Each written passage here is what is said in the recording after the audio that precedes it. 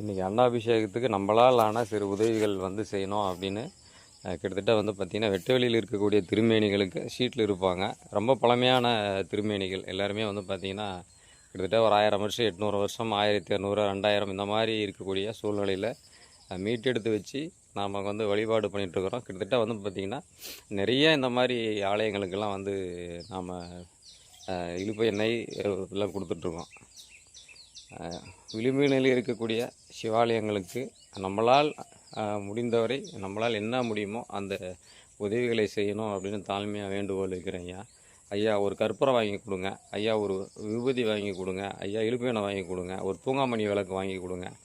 இந்த மாதிரி கைவிடப்பட்ட நிலையில் இருக்கக்கூடிய ஆலயங்களுக்கு நேரடியாக சென்று நாம் கள ஆய்வு பண்ணி கிட்டத்தட்ட ஒவ்வொரு திருமேனியும் பார்க்குறதுக்கு பார்த்திங்கன்னா 20 கிலோமீட்டர் 30 கிலோமீட்டர் இந்த மாதிரி ஒரு சூழ்நிலை தான் இருக்கும். கிட்டத்தட்ட ஒரு ஆலயத்துக்கு நீங்கள் போகணும் அப்படின்னு முடிவு பண்ணிட்டீங்கன்னா ஒரு நாளைக்கு 2 ஆலயம் 3 ஆலயம் தான் போகணும். எனக்கு இந்த இடைப்பட்ட தூரங்கள் பார்த்திங்கன்னா அதிகம்.